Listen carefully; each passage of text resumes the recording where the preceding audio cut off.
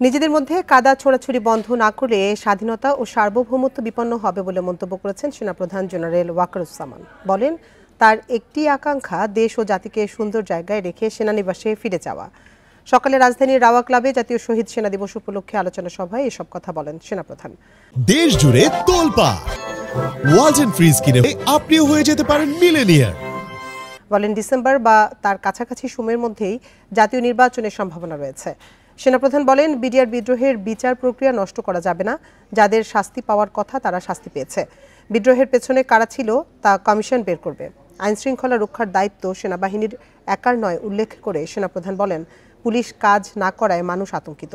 General Wakeruzzaman বলেন, আইন শৃঙ্খলা পরিস্থিতির অবনতি হওয়ায় সবাই একে অপরের বিরুদ্ধে বিষোদ্গার করছে, আর এই সুযোগ নিচ্ছে অপরাধীরা।